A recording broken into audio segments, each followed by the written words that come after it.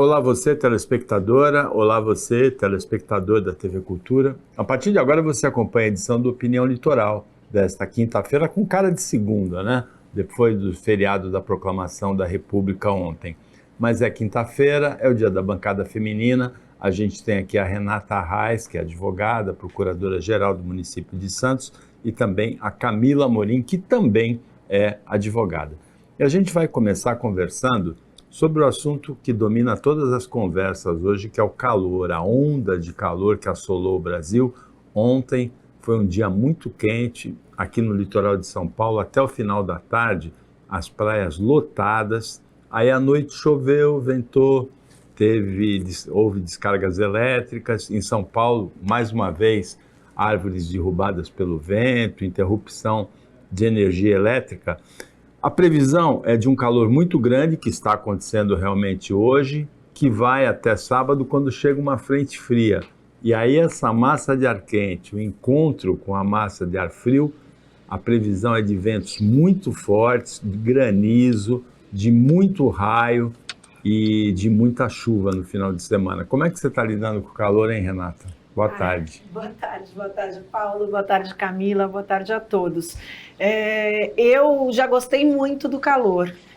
Hoje em dia eu já não gosto tanto, eu acho que atrapalha muito a nossa vida. Eu prefiro as temperaturas mais frias para realizar minhas atividades. Mas, de qualquer forma, a notícia é preocupante em relação ao calor, porque, segundo o que a gente tem lido a respeito e ouvido na imprensa, a média de dias de extremo calor, como os que estão tendo anuais, eram de 8 dias, né? Agora se está prevendo um número maior de dias de extremo calor, que pode beirar 50 por ano, a médio prazo. Então, assim, isso atrapalha, lógico, a vida de todo mundo e causa preocupação, justamente por conta desses eventos que você disse. Não é só lidar com o calor e lidar com ele no dia a dia, mas as consequências que essas mudanças bruscas de temperatura trazem,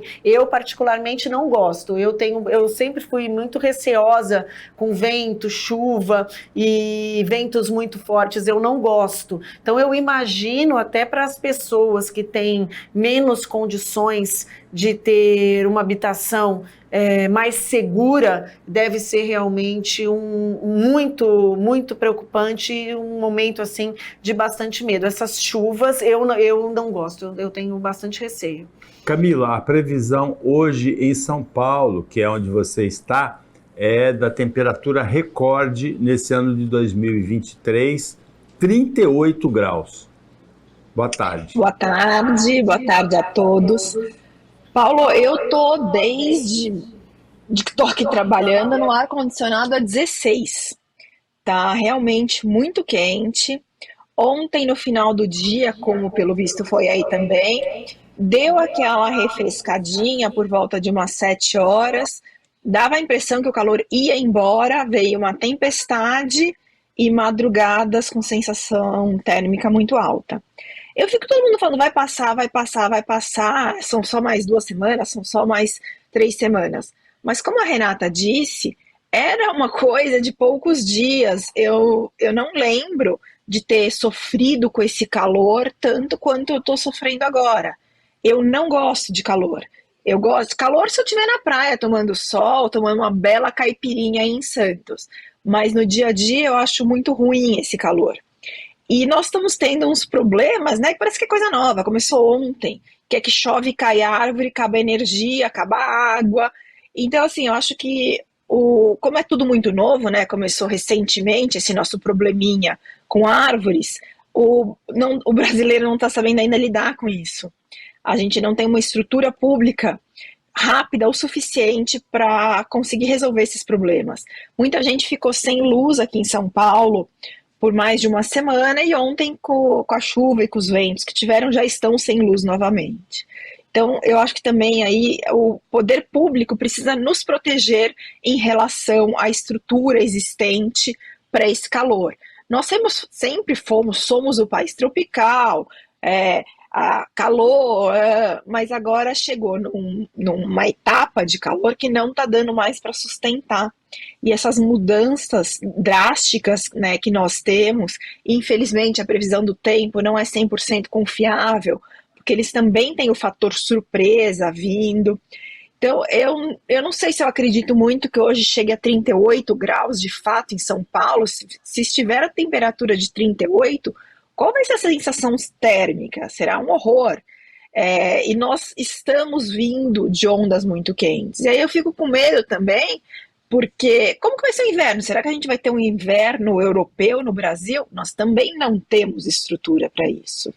Então, eu acho que assim, infelizmente, tudo isso que nós estamos vivendo é a ação do próprio homem, né? Quando se falava em preservar, em fazer isso, não desmata, não sei o quê, muita gente falava, não tem nada a ver. Até hoje, muita gente nega que o que nós estamos vivendo em relação a tempo e temperatura seja oriunda da ação do próprio homem.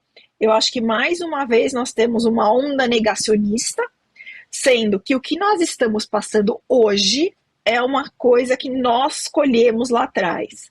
Então, tem que começar a mudar toda essa estrutura, porque ou a gente vai ter gente morrendo cozida, infelizmente, ou congelada. Nós não somos mais aquele país de épocas, não temos primavera, outono, inverno, verão. Nós temos tudo no mesmo dia.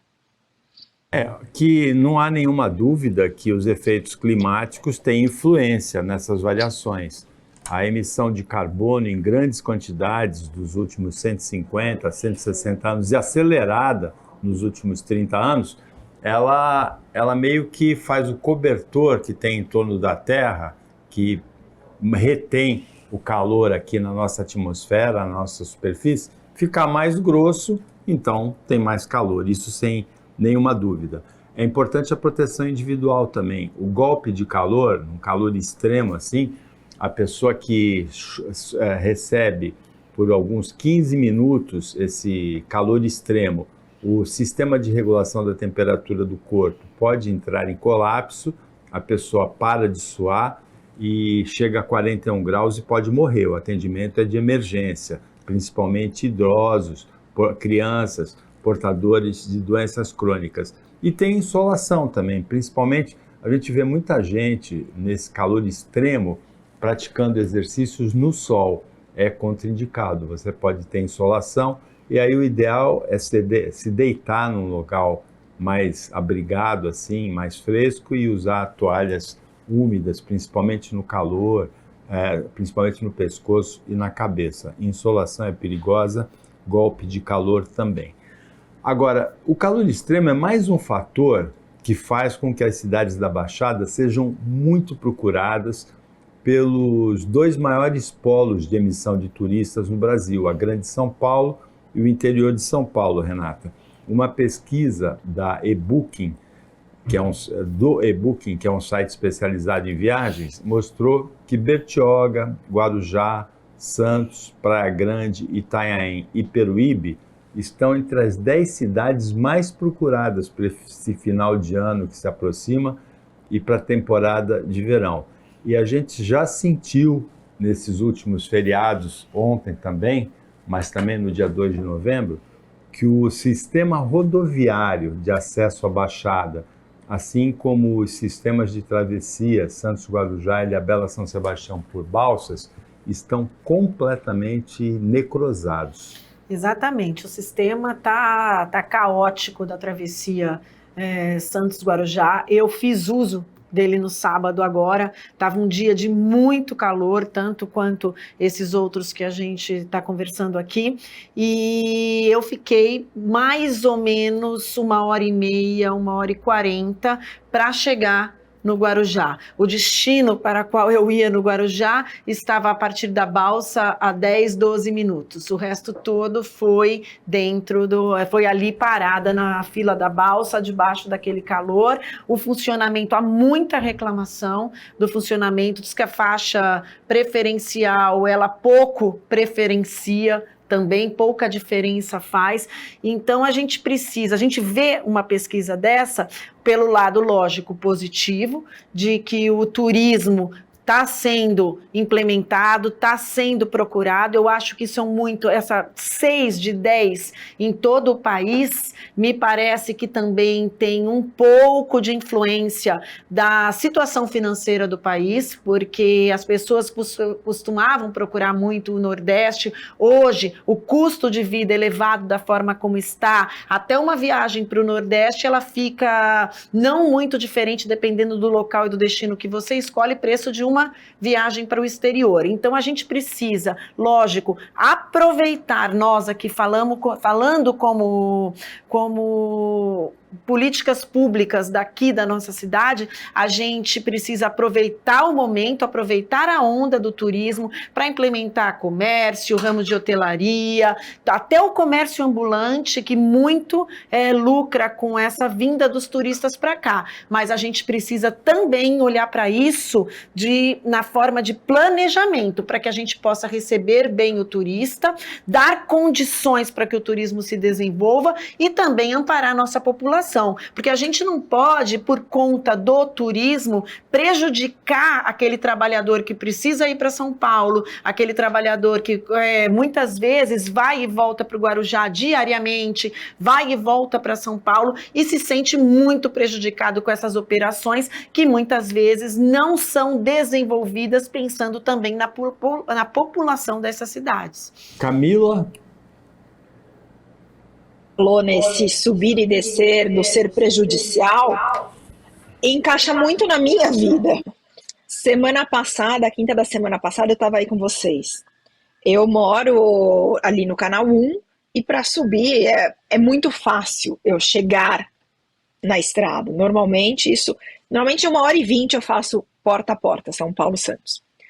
E na semana passada, quando eu subi na quinta, após o nosso programa, eu demorei 2h40 para sair da TV Cultura e chegar na minha casa em São Paulo. E era até uma coisa assustadora, porque a hora que você está na serra, você consegue ver as pistas descendo, e você via aquela pista da descida totalmente abarrotada, a pista da subida praticamente só caminhões, e a gente ali no meio ficava falando, eu ficava pensando, será que eu vou parar? Será que o tempo no Waze agora vai subir para mais 3 horas? Não sei o quê. Nós estamos sem estrutura nenhuma para viajar para qualquer canto. E não acho que seja só para Baixada, não. Eu vou muito por interior e também está um horror. Santos, não só em relação às estradas, assim como São Paulo, está me parecendo um canteiro de obras. Não sei se é porque a gente está próximo de eleições municipais, o que está acontecendo, mas as cidades estão em obras. Então você não tem estrutura dentro da cidade para você chegar na estrada, você não tem uma estrutura na estrada para fazer essa vazão de carros, né? Qualidade do asfalto ok, se precisa de assistência ok, porque o pedágio é caro, mas essa estrutura de muitos carros, de receber muitos turistas, de receber tudo, parece que está cada vez mais indo à falência. Nós temos um litoral, né, a Baixada Santista, que é maravilhoso. E como a Renata falou, até por conta de condições financeiras, hoje viajar, mesmo dentro do Brasil, está muito caro. E para nós paulistanos, para nós aqui da Grande São Paulo e até um pouquinho mais para o interior, é muito fácil e teoricamente muito rápido ir para a Baixada. E então, assim, toda essa falta de estrutura geral está fazendo com que o turista espante. Tem estrutura hoteleira? Tem. Tem estrutura disso, aquilo? Tem. A gente tem tudo. Mas a gente não tem os meios certos para conseguir se chegar em algum lugar. Imagina agora, segunda-feira, feriado. Amanhã, se você for sair de São Paulo, ou você sai 4 da manhã para não ter problema de trânsito, ou você não sai mais, porque você vai ficar 3, 4 horas na estrada para chegar na Baixada. A ação do usuário das travessias de balsas aqui, Santos, Guarujá, São Sebastião e Ilhabela, e dos motoristas que usam as estradas que ligam o litoral ao interior de São Paulo, a Grande São Paulo, é caótica. Hoje a pessoa tem que pensar muito, o motorista daqui da Baixada, antes de sair para uma viagem de final de semana, assim como o motorista que pensa em vir para cá, precisa pensar muito também. A situação é muito crítica, a temporada de verão está chegando e exigiria uma reunião imediata, de urgência, dos prefeitos da Baixada e do Litoral Norte, também do Litoral Sul, com o governador Tarcísio de Freitas, para uma ação conjunta no sentido de minimizar a tortura a que usuários das travessias de balsa e motoristas que usam o sistema rodoviário de acesso ao litoral estão sendo submetidos atualmente. Opinião Litoral para o intervalo, é bem rapidinho, fica aí com a gente.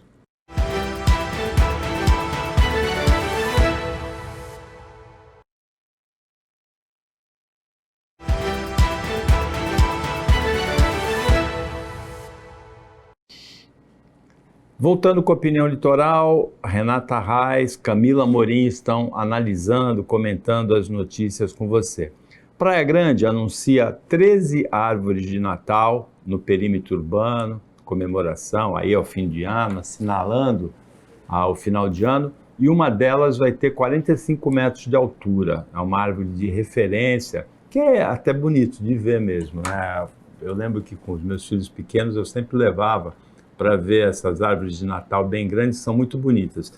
Só que Praia Grande precisava se preocupar também com a balneabilidade das praias. É uma vergonha que, na boca da temporada de verão, Praia Grande é um dos principais, a gente acabou de ver no bloco anterior, principais destinos turísticos do país, atrai principalmente o interior de São Paulo e a Grande São Paulo, e todas as praias estão impróprias para banho, com exceção do Canto do Forte. Isso aí é outro assunto que exige atenção imediata da prefeita Raquel Kine, do deputado federal Alberto Mourão.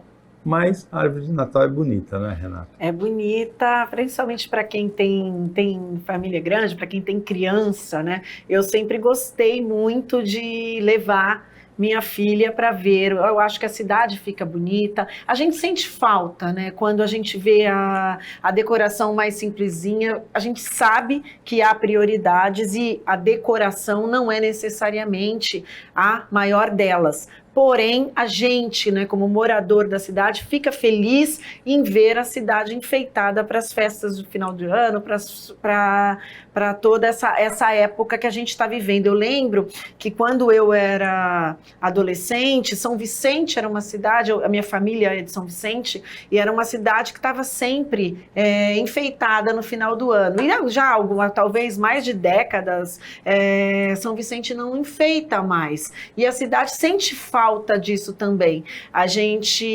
Eu não conheço a árvore de Natal da Praia Grande, mas sendo de 45 metros, eu acredito que vai atrair a curiosidade de muita gente para conhecer. E nesse pacote todo, a prefeitura, como você falou, precisa olhar para o resto, porque o turista não vem só para conhecer a árvore e vai embora, ele vem para ficar na cidade, para desfrutar da cidade.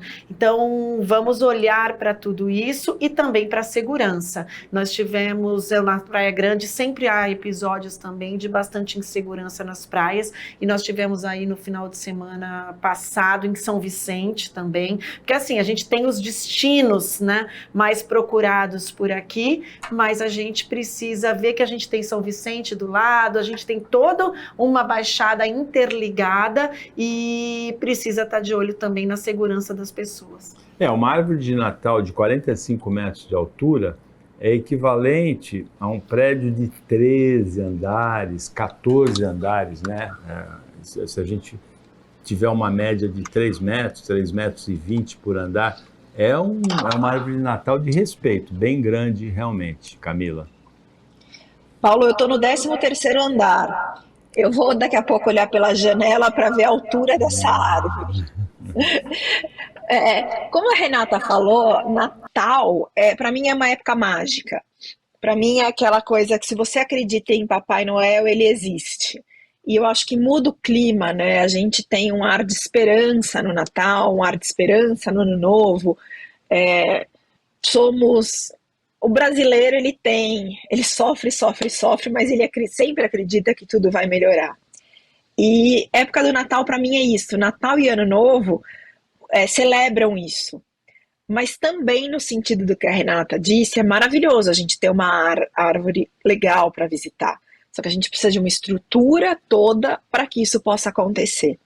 Eu não vejo um turista, vamos falar de pontos básicos, o turista que saia, a não ser que ele tenha outra opção, vá ver uma árvore de Natal nessa grandiosidade, que certamente vai estar maravilhosa, mas chegue num lugar onde a qualidade da praia está horrível, segurança esteja caótica. Toda essa questão estrutural dos municípios precisam estar adequadas a receber esta árvore, que a gente está feliz, né, por serem 45 metros, mas ele precisa estar acolhido naquilo. Eu acho que parece que muita gente esquece que não é só colocar o enfeite às vezes está só cobrindo a sujeira, está jogando a poeira embaixo do tapete. E para realmente você fidelizar um turista, para realmente você querer que aquela pessoa volte sem uma lembrança de eventos ruins para aquela região, você tem que dar essa condição. Praia Grande mudou muito nos últimos tempos, né? Quando minha mãe era criança, era a questão de São Vicente, que era maravilhoso. Eu sou da época de Santos e São Vicente, sendo o brilho da Baixada. E sempre Praia Grande era aquela esquecida, né? Aquela que, não vamos. E hoje, depois de ótimas gestões municipais, está sendo essa maravilha que está hoje. E ela precisa, se ela quer o turista, ela precisa mexer na estrutura toda. Porque você não vai para uma praia onde você não possa tomar banho de mar, você não vai para uma praia onde você possa ser furtado, roubado, inclusive vendo a árvore. Você para ver a árvore, o que acontece? Você perde o que tiver no bolso. Então, não é só o enfeite, não é só a maquiagem. A estrutura da cidade precisa estar muito boa para receber tudo isso e vale a pena. Prefeita Raquel Kine, deputado Alberto Mourão, vamos cuidar da balneabilidade das praias de Praia Grande. O boletim da CETESB indica que todas estão impróprias, com exceção da Praia do Canto do Forte. Ou seja, é uma extensão de 23 quilômetros de praia, praticamente todo impróprio para banho. Muito triste essa situação. Tem duas fofocas que tomaram conta do noticiário, dois factoides. Um deles é a mulher do traficante do Amazonas, Tio Patinhas. Ele é preso, condenado a 31 anos. Ela também é condenada em primeira instância, mas tem recurso que permite a liberdade ainda. E ela circulou pelo Congresso, pelo Ministério da Justiça. Isso aí foram fotos publicadas. Houve um ataque ao ministro da Justiça, Flávio Dino, que não participou disso, mas assessores diretos dele participaram. E agora se descobriu que ela foi representando entidades da Amazônia que lutam contra a tortura e teve a viagem paga com dinheiro público do Ministério dos Direitos Humanos, da ministra Arielle Franco, um absurdo completo. A outra, britânicos prezam pela pontualidade, né? E a equipe, a tripulação da British Airways no Rio de Janeiro, a British Airways teve que cancelar um voo porque a tripulação atrasou, se dedicaram a uma festa, não sabe se uma orgia com drogas, com bebida, perderam a hora, inventaram uma história de assalto que a polícia verificou que não era verdadeira, 3 comissários de bordo, 2 comissários e uma aeromoça. E a versão que eles deram é que a empresa orientou eles a criarem essa história. Virou um escândalo, uma notícia, um factoide, um fato bobo, acabou virando um escândalo internacional, né? E infelizmente a nossa não é fake news, né? A nossa é de verdade, essa notícia. Tem acontecido alguns episódios nas últimas semanas em relação a esse governo atual, governo federal, que não tem outra palavra que eu possa usar que não seja vergonha, porque vergonha e decepção também, porque a gente acredita numa mudança, acredita numa outra sistemática de governo e a gente começa a ver algumas atitudes dentro do governo federal que nos envergonham muito. Nesse caso específico aqui, ainda que um ministro não tenha o conhecimento de tudo que acontece exatamente dentro da sua pasta, ali dentro da sua pasta você tem os seus cargos de confiança, suas diretorias, suas chefias de departamento, coordenadorias, que respondem a você. E precisa ter um mínimo cuidado com isso. Eu começo indo um pouquinho mais fundo. Normalmente, esses conselhos de políticas públicas, comitês, conselhos, que existem em âmbito federal, estadual e municipal, eles são paritários, eles têm representantes do governo e têm representantes da sociedade civil. Eu já não entendo por que o governo tem que bancar as viagens dessas pessoas que fazem parte desses conselhos. Se você pertence a uma entidade e você voluntariamente, porque é algo voluntário, você participar de um conselho de políticas públicas, eu acho que a sua entidade tem que estar preparada também para que você possa representá-la adequadamente. Eu acho que essa festa que se faz com todo respeito com dinheiro público é inaceitável em qualquer governo que nós tenhamos, seja estadual, seja federal ou seja municipal. Eu, particularmente, não concordo com essa política. Eu acho que o dinheiro público ele tem que ser gasto quando os representantes do poder público eles estão em alguma viagem ou algo que seja para representar ali o ente ao qual eles pertencem. Já o representante da sociedade civil ter uma viagem paga com dinheiro público para participar de reunião de conselho, para mim, na minha opinião e com todo respeito, é inaceitável. E além disso, já que é para pagar, que se fiscalize, né? Você vai pagar com dinheiro público a viagem de representantes da sociedade civil, minimamente tem que haver uma fiscalização, não é só pela viagem ser paga por ela, não. É por ela ser a representante, porque a algum momento ela foi indicada, uma portaria, um decreto, alguma coisa fez essa nomeação, algum ato normativo, e é preciso saber quem você está nomeando. Não dá para você indicar alguém que tenha essa ficha, né, como representante da sociedade civil num órgão de políticas públicas. Camila? Porque o que ela nos explicou é tão lógico, é tão raciocínio básico, e saber que tem gente que não sabe aplicar isso é vergonhoso, né? A Renata é uma funcionária pública de carreira, super... Enfim, não vou ficar rasgando elogio aqui não, Renata. Mas ela sabe mais do que ninguém como funciona o sistema público em relação a essas representações, em relação a tudo isso. E aí a ministra daqui a pouco vai falar que também não sabia, porque é ótimo, a memória igual do Nemo, do desenho animado. E assim, só que a função dela, ok, ela é uma gestora, piriri pororó, mas tudo isso passa por ela de uma certa forma. Eu já estou com muitos pés atrás com a Arielle Franco, tem algum tempo já. Para mim, a cereja do bolo foi há 15 dias atrás, quando ela falou que o termo buraco negro era racista. Eu acho que ela precisa conversar com a NASA um pouquinho, porque em inglês também é black hole. Então, assim, como que ela cria essas coisas, entendeu? Enfim, eu acho que a gente está meio estranho. Em relação à pontualidade, é uma das coisas que eu mais admiro nos britânicos e em alguns outros países europeus. Eu acho fundamental. Muita gente fala, cheguei atrasado porque peguei trânsito. Eu sempre tenho a vontade de responder, saísse mais cedo. Mas eu acho que uma empresa britânica de histórica como a British jamais daria uma ordem dessa para mentirem, né, que fizeram isso, que fizeram aquilo. Então, eu acho que isso é um pouco de fake news. Perder o horário, ok. Sabemos disso, né, Paulo? Hoje de manhã eu errei um pouco. Mas eu acho que não dá para você ficar culpando que foi a empresa que disse ou não disse.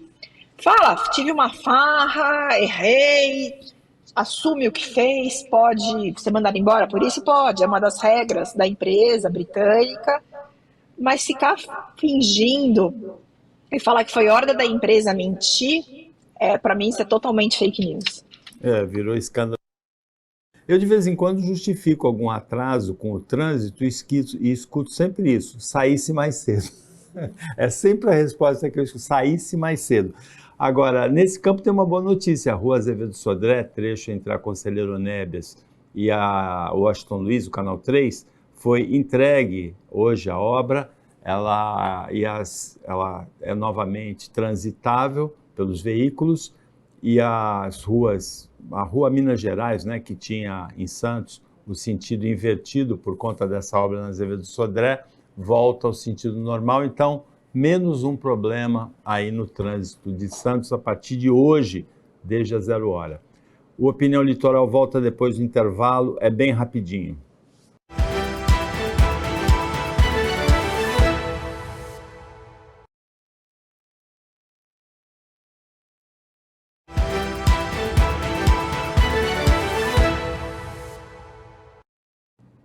Voltando para o último bloco do Opinião Litoral desta quinta-feira, nós temos a Renata Reis, a Camila Amorim comentando, analisando as notícias com você. E nesse bloco a gente tem o prazer, a honra de receber a agitadora cultural Denise Covas, que vem falar sobre o Cará Festival, que traz cultura, diversidade, sustentabilidade ao centro de Santos.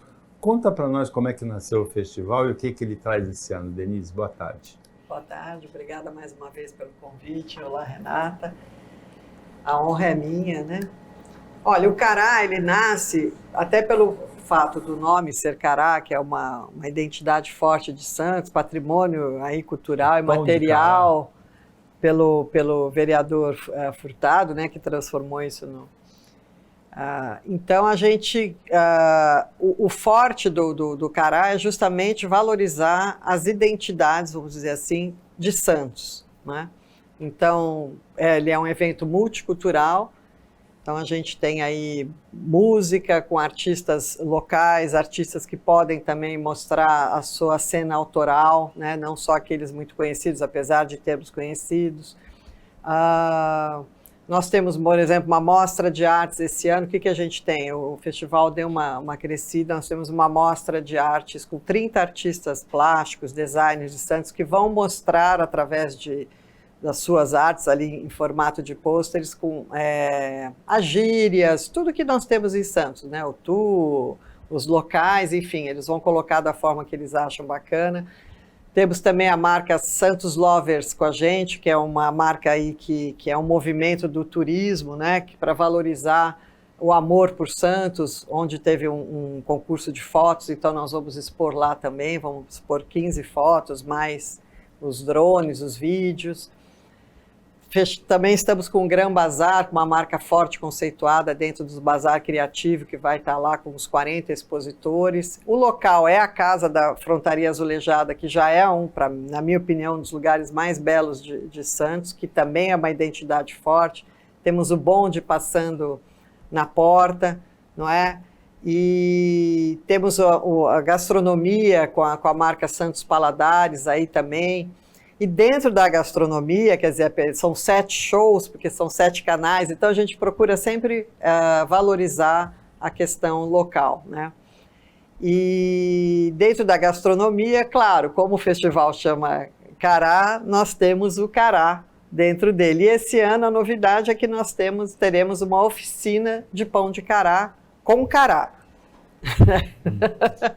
Renata, curtiu a ideia? Eu curti porque todos esses eventos que estão sendo trazidos aqui para o centro de Santos, eles são muito bem-vindos, principalmente porque é uma das políticas, né, do plano de governo do prefeito Rogério Santos, justamente incentivar, né,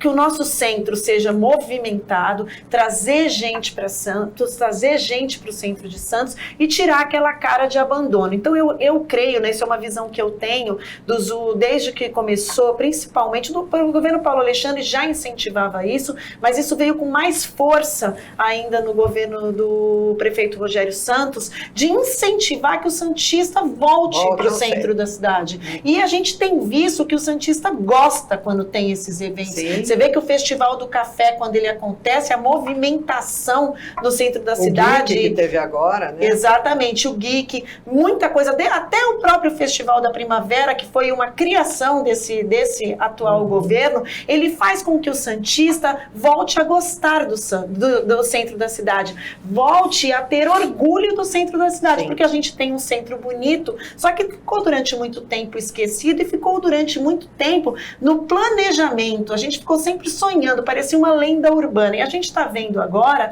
que muitas coisas estão começando a sair do papel, a começar, lógico, pelo Parque Valongo, que, se Deus quiser, eu acredito que vai acontecer. Agora, já no próximo ano, a gente vai ver algumas coisas começarem a aparecer e a gente vai ter muito mais espaços para trazer esses eventos. Então, eu acredito que, a partir do ano que vem, isso vai crescer mais ainda, não só por conta da implementação desses programas de governo, mas também por conta dessas parcerias com o setor privado.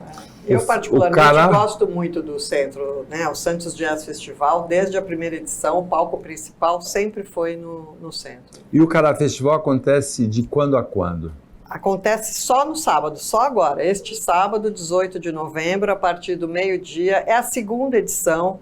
Então, já que a Renata está aqui falando do prefeito Rogério, ano passado, ela até sabe mais do que ninguém, foi lançado o Promicult, que é a Lei Municipal de Cultura, né? Tem o Promify, que é do esporte, e ano passado foi. Então, a gente conseguiu, via Promicult, né?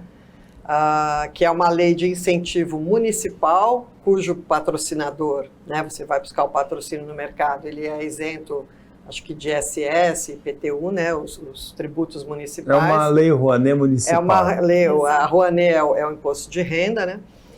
E a gente conseguiu, já foi lançado ano passado, acho que no meio do ano, e a gente conseguiu já ano passado, a Deep World é o nosso patrocinador desse festival, e fizemos a primeira ano passado, é a segunda edição, então ele ainda é um festival que está pegando corpo, então esse ano já vai dar uma outra roupagem, a gente já conseguiu vários parceiros, né? A gente tem certeza que é uma marca que a gente até quer colocar, que faça parte do calendário oficial da cidade também, para que ele possa se expandir ainda mais, né? Ficando mais dias ou final de semana. E a gente, desde o ano passado, escolheu a Casa da Frontaria Azulejada, a qual agradeço aqui a Fundação Arquivo Memória, o Luiz Dias Guimarães, a Silvia Papa e a Vânia Seixas, com todo o carinho que nos atendem sempre. E é um lugar belíssimo, né, Renata? Muito gostoso de fazer evento lá, tem uma estrutura gostosa, o tamanho ideal, vamos dizer assim, né? Porque às vezes depende do teu evento, o tamanho que você vai fazer e tal. Então a gente gosta bastante. O pessoal que tem feriado na segunda-feira, dia 20, então a gente deve receber também muito turista, e o turista sempre vai ao centro da cidade, né? Sempre é um local que ele visita, gosta de passear de bonde, enfim, e vai passar ali em frente. Então a gente tem uma expectativa de um público bom, muito bom, pelo que a gente vem acompanhando nas redes sociais. A gente tem o endereço no Instagram, @CaráFestival. E aí nós vamos ter todas essas programações, vamos ter inclusive stand-up. E uma das coisas que acho que vai ser um pouco diferente, que a gente está fazendo também, como você bem falou no começo, até vou ler aqui, o tema central dele é cultura, diversidade e sustentabilidade. Isso é uma marca que que a gente tem levado para os nossos eventos, porque a cultura ela é transversal a tudo, ela não pode ficar fora disso. Então, desde a nossa curadoria até o line-up, todo o pessoal, a nossa equipe é toda muito diversa. Então, a gente prima por isso. Então, a gente trabalha diversidade etária, diversidade racial, pessoas com deficiência, geracional, não é? Então, eu acho que isso é uma coisa muito importante, que a gente leva muito a sério, e para isso a gente está trazendo também uns debates, que a gente tem umas rodas de conversa, então vão ter 2 painéis, eu vou mediar um, o Diego Brígido vai mediar outro, e onde nós temos convidados, inclusive do poder público, né? O que eu vou mediar que é da questão intergeracional na cultura e na sociedade, a nossa querida, né, competente vice-prefeita Renata Bravo, secretária da Mulher, da Cidadania e dos Direitos Humanos também, irá participar. Na outra que vai falar das diversidades no setor cultural, entre os convidados está o Fábio Tatsubo, que é o chefe do departamento dos ODS da Prefeitura. Então, são temas que a gente traz poder público, sociedade, e o corporativo e o cultural para debater como é que nós estamos atuando nesse sentido. Esse é o legado que a gente quer deixar, né? O que vai sair dessas rodas de conversa para que a gente possa, inclusive, colaborar aí com a sociedade, com o próprio poder público, né? Camila, rapidamente, que a gente está no limite do nosso tempo, mas olha aí, sábado, 18 de novembro, uma atração de peso, uma atração importante no centro de Santos, o Cará Festival. Pois é, boa tarde, Denise. Boa tarde. Olha, é uma pena não estar aí, porque se tem uma coisa que eu amo é o pão de cará. Desde criança eu achava que só existia em Santos. Aqui em São Paulo você não acha para comprar. Você entra em algum lugar que é pão de cará, te olham com cara de ué. Semana passada eu acordei super cedo e fui na Rox, que é a padaria do lado da minha casa, que eu estava com desejo de comer pão de cará na chapa. Aí eu descobri que as padarias não abrem antes das 6 horas. Estou com esse desejo até agora. Revitalizar o centro, todo esse movimento é muito legal. O centro de Santos não faz parte só da história dos santistas, faz parte da história do Brasil. De alguma maneira, todos nós começamos por ali também. E história não pode se perder, né? A história é um dos maiores valores que a gente tem e é com a história que nós devemos aprender para o futuro. O pão de cará eu acho engraçado porque ele, desde 1910, ele só podia ser visto em publicidades de estabelecimentos de Santos. Você não achava em outro lugar. Até hoje eu não acho aqui em São Paulo. E também ele é tão importante para a história de Santos que a partir de, não vou lembrar a data, 1900 e alguma coisa, ele passou a ser item essencial da merenda das escolas. Então, olha a importância que a gente tem o pão de cará, que é maravilhoso. Eu estou aqui, eu não almocei ainda, só de ouvir no pão eu estou com o estômago roncando. Seja um festival de muito sucesso. A próxima edição, vamos combinar a data para eu poder estar aí, para eu poder engordar vários quilos durante o festival. E quem estiver em Santos, vá. O centro é o nosso passado, é o nosso futuro, através dele que aprendemos. E pão de cará é uma iguaria, que Deus do céu. Eu vou parar de falar, Paulo, porque eu estou com fome. Vai ter, a Renata falou, a Denise falou, além de todas essas atrações da diversidade, da cultura, da música, artes plásticas, vai ter uma oficina de ensinar como é que faz o pão de cará. Pão de cará, uma delícia. Denise, obrigado pela presença aqui, a gente agradece, parabeniza. Boa sorte na realização dessa segunda edição e das próximas também. Obrigada, agradeço, espero vocês, se estiverem por aqui, será um prazer recebê-los lá e todos que estão nos assistindo. Então, dia 18 de novembro, sábado, a partir do meio-dia e vai até meia-noite, 1h da manhã. São 12, 13 horas de programação. Na Casa da Frontaria Azulejada, no centro de Santos. Agradecemos a participação da Renata Reis, da Camila Amorim como comentaristas, a equipe de produção e de jornalismo do Sistema Costa Norte e a você que acompanhou a gente mais essa edição. Até amanhã, nesse mesmo horário, depois do Jornal Litoral, e uma ótima quinta-feira para você que você merece.